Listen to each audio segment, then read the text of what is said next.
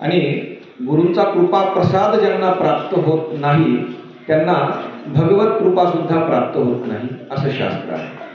म्हणून सांगायचं तात्पर्य, तपस्वी आणि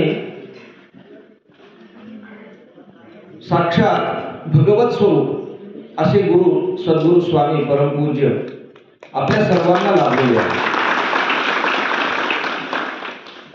त्यांची वाणी, त्यांच्या वाणीमधून ज्यावेळेस शब्द बाहेर पडतात असं वाटतं की त्यांच्या जिभेवरती साक्षात सरस्वती विराजमान होते आणि शब्दांची उधळण करते. त्यांच्यामुळे मी तर 2 दिवसाचं माझं सानिध्य त्यांना मला लाभलंय त्यांचं सानिध्य. परंतु तुम्ही जे सानिध्य लाभलेलं आहे अतिशय भाग्यवान आहात. तुमचं जीवन हे सुवर्ण परिधींनी अलंकृत स्वामीजींच्या सहवासामुळे झालेलं आहे. सुवर्ण परिधीने अलंकृत झालेलं आहे. म्हणजे बोलण्यापुरतं नाहीये. आज गुरुवार आहे म्हणून गुरुची स्तुती, गुरुचं स्तवन त्यांच्या चरणी अर्पण करावं म्हणून मी गुरूंची स्तुती, गुरूंचं स्तवन, वाङ्मयी स्तुती ही त्यांच्या चरणी मी अर्पण करतो. गीता सांगते, नाही ज्ञानेन सदृशम पवित्र मिह विद्यते. ज्ञानासारखं दुसरं पवित्र काहीही नाहीये. जे स्वतःलाही पवित्र करतं, मनुष्याचे विचार, मनुष्याची दृष्टी, मनुष्याचं आचरण पवित्र करतं असं ज्ञान, ईश्वरीय ज्ञान, आत्मज्ञान, सत्यज्ञान हे कुणाकडून प्राप्त होतं तर सद्गुरूंकडून मनुष्याला प्राप्त होते. अज्ञानतिमिरांधस्य ज्ञानांजन शलाकया चक्षुरुन्मीलितं येन तस्मै श्री गुरवे नमः.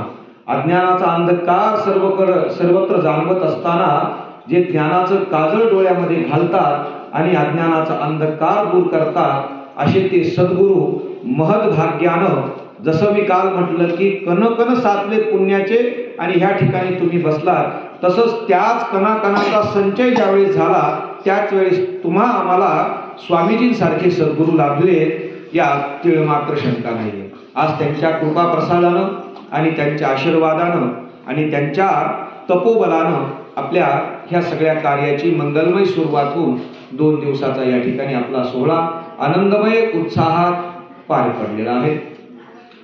तर आई जगदंबेचं महात्म्य सप्तशती सांगते की विश्वेश्वरी त्वं परिपासि विश्वं विश्वात्मिका धारयसीति विश्वं विश्वेशवंद्या भवती भवन्ति विश्वाश्रयाये त्वयि भक्ती नम्राः.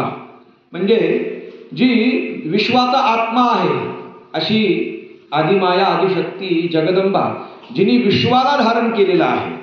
ब्रह्मा, विष्णू, महेश आदी देव सुद्धा ज्यांना वंदन करतात, त्यांच्या चरणाचा आश्रय जे घेतात, म्हणजे त्यांच्या भक्तीमध्ये जे लीन होतात, त्यांना कुणाचा आश्रय घेण्याची गरज पडत नाही. ते इतरांना आश्रय देणारे होतात असं सप्तशती सांगते. म्हणजे जगदंबेच्या चरणी जे अर्पण होतात त्यांना कुणाचा आश्रय घेण्याची गरज पडत नाही, ते इतरांना आश्रय देणारे होतात. भोगस्वर्गापवर्गदा माता, आई, आदिमाता, आदी माया जगदंबा भगवती कात्यायनी ही प्रसन्न झाल्यानंतर इहलोकी सर्व भोग प्रदान करते आणि मनुष्याला नंतर स्वर्ग आणि अपवर्ग म्हणजे मोक्ष हे सुद्धा प्रदान करते. हे आई जगदंबेच्या उपासनेचं फळ आहे. म्हणून आज तुम्ही सर्वजण बसलात, अतिशय मनोभावे आई जगदंबेचं पूजन अर्चन आदी अभिषेक हवन सर्व काही संपन्न केलं. आई जगदंबेची कृपा तुम्हा सर्वांना लाभो ही आई जगदंबेच्या चरणी प्रार्थना.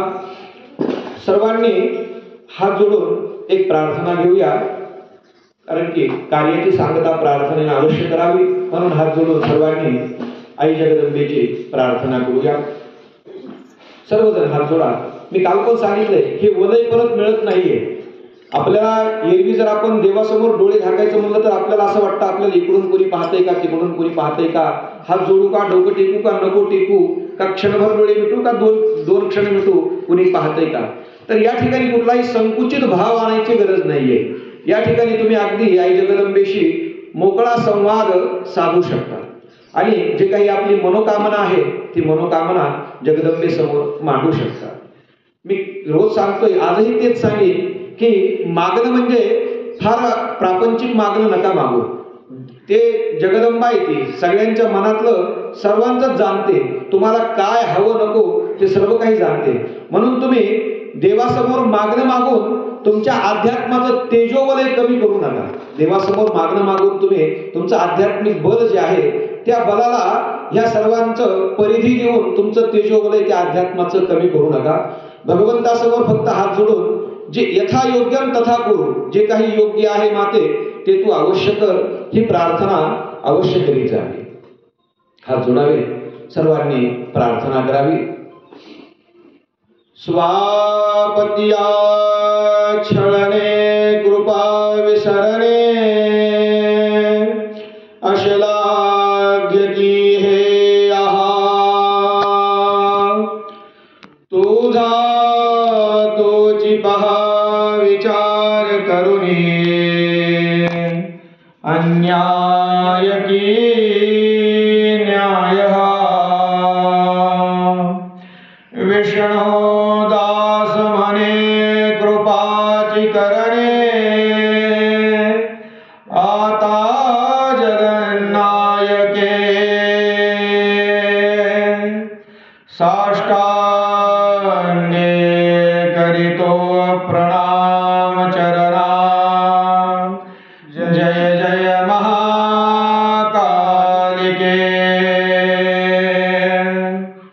आशा पाश नको जगी भिक नको.